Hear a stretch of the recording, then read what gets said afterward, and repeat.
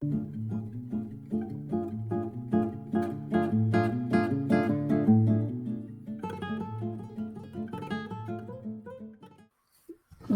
in 5 minutes with Sean, maybe 10. Wow, September going quickly, my friends. I know the market is hit or miss right now. Hopefully, everyone is doing their very best to make it happen. Now, I talked to you guys last week about the anticipation, the lead up to the show, the how's it going to work, what's going to happen. Well, today is about the afterglow of the event, right? The opportunity to sort of sit back and look at what happened, what did go down. And it was absolutely outstanding, this show. I will say, having a show go from 10 to 5 is a lot on everyone. It's a lot on attendees, a lot of people on Planet, a lot of on speakers. And I'm thinking maybe going with a little bit shorter format and a little bit hotter hits. My buddy Ryan Austin made a joke to me that like people's attention span doesn't last more than like 30 seconds, let alone 40 minutes.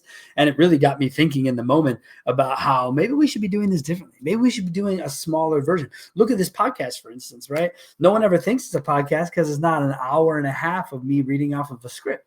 But that's always what it was meant to be, was a podcast, somewhere people could go and listen to an opinion and hear it. But there's no way I was going to ramble on for 30 minutes. I can ramble on for an hour about a topic. I'm a talker, born talker. But what I think I learned is that there's an opportunity to be more specific and really poignant that way. So I liked to learn that lesson throughout. A huge, obviously, I did a post on Friday, but I say it again here on Monday. Thank you to everyone who attended. Thank you to my sponsors, Lightflow, Repair on Demand, Reunion, Team MXS. Without these people, none of this is possible. And so anyone who's looking to put on an event or wondering about what it takes, it takes a plan. B, it takes sponsors. C, it takes attendees. And B and C are really kind of, they're married together. You need dealers in the room because that's the event. And then sponsors, you need to help financially put the event on, right? Because what you sell in dealer tickets isn't what gets made up in sponsorships. But again, what I've learned there is that sponsors, everyone wants to hope when they go to a show, they're going to get return. If you know my buddy Sean Rains, he has a show ROI calculator. And any of you who attended the show, please reach out to him and run my show through it. I want to hear. I want to know. I want to have Sean at next year. We try to have him this year. The man's a busy man. He tours the country telling people how to do things, in a much more efficient way. The man knows it well. But maybe next year with him, I want to do something along those lines, talk about shows, be in that sort of meta moment, if you will, right? Where we're talking about shows at a show. Because I put this on to bring the industry together, to bring value to partners, to bring value to dealers. This isn't like some sort of a profit center here. As a matter of fact, we're hoping to take some of that in a different direction and maybe find an even bigger way to give back to the automotive industry from this event and any proceeds that might come from it. So keep an eye out for that. Again, planning on big things. But what I liked looking back on it was that the team that I have here is damn good, organized, prepared, and damn good. We had a couple of no-shows. We had people who couldn't show but sent other people, right? And we were ready for that. Blank name tags. I know this shit sounds simple, but preparation for what could happen is exactly what paid off for us across the board. We lost a speaker last minute. I'm at a team dinner the night before the show. Phone rings, speaker can't be there. Shit, what are we going to do? Take 2 seconds to say shit out loud, which I did probably 4 times. And then was like, you know what? I got this. I know. I think I've got this. Went outside, made a phone call. That individual was like, got you, no problem. That's what, again, in that moment led me to also believe that the saying of network is net worth is a true statement. That was in my phone. I didn't have to think about it. I didn't have to go far. It was in my phone. I thought about him immediately upon this happening after I got past the shit and the shit and the shit of it all. But you've got to find a way to be nimble. You cannot be stuck to one thing. Same thing happened throughout. We have speakers go over. We have speakers go under. We have, panels go long-winded. Whatever it is, doesn't matter. You have to continually find a way to stay on track and stay on time and get out as you said you would. And so we did that. I like learning at these events. It's cool to put them on and then also be able to be present and be there for your speakers. You'll see the clips after the fact. John Resurrection put on a walk around contest with Hot Wheels. I had an unbelievable discussion with Laura Fleischer from the Roman Group slash Orange Media Group. She told the story of just unbelievable change that if you haven't heard it, you need to. And we'll be releasing we have so much content. We're gonna be releasing it on the Being Social channel, so check out for it. It's gonna be great. But that was great. Then my buddy Ryan Austin, LifeFlow EVs. Look, if you guys are wondering about EVs, how to sell EVs, what's gonna happen with EVs, this dude has passion beyond passion stacked on top of more EV passion. It is freaking wild. It really is.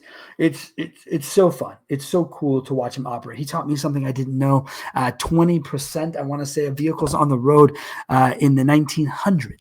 There were 8,000, I think he said, vehicles on the road. 20% of them were electric. 20% of them were steam. And the other 60% were gas. And gas won the war.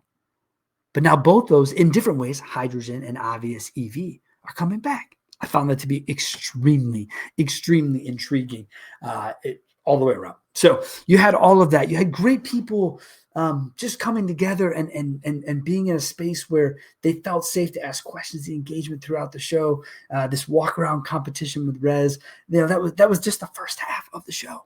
We also had my friends in the first half from Service Drive Live, Joe Chambers, Roger Gutierrez, the dealers, and then just the vendor of vendors, the knowledge base that is Kate Borowski. If you guys don't know Kate, she's awesome. She's full of really positive energy, and she really gets what we're trying to accomplish here. And she looks at it from both sides.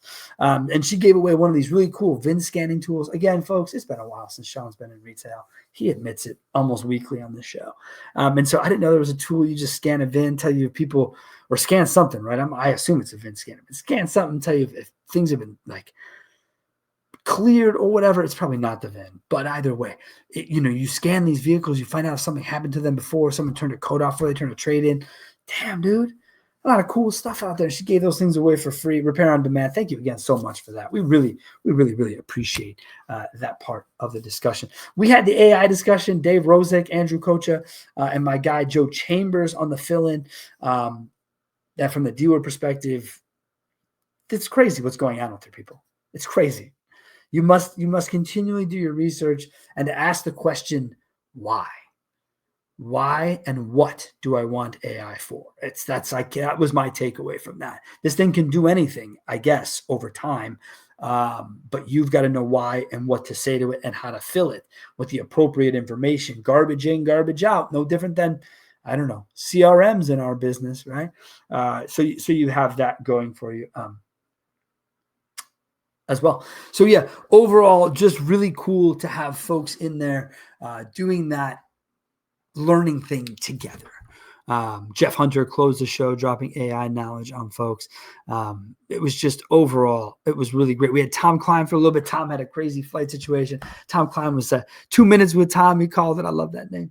Had a great time. In between sessions, Tom was dropping knowledge about how to handle reviews, man. Not enough people put focus on reviews. So point all in all well and told all together, here's the reality. It's a lot to put them on.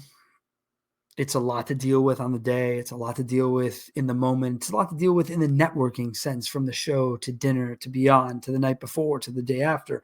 It's a lot. You see clients, you're trying to engage that. It's a huge balancing act. It's all worth it. It's all worth it to give back to this industry, to see all these people in one room, to do it all together. It was awesome. And we're doing it again. We're coming back next year. If you miss it this year, don't miss it next year. I'm telling you, for an industry event, yeah, it started off as a social media event, and it still is a social media event at its core. But the social part of it now, moving forward, is about being social as an industry, because things aren't likely to get easier before they get maybe just a touch harder for all of us. So we're all going to pull the rope together. We're all going to work together. We're all going to be there for each other. Anyone needs me, they know where to find me. Thank you guys so much again for attending, sponsoring, speaking, and being a part of what we're trying to accomplish here today. It was really, really, really cool. Thank you again to everyone, and we'll see you again next week.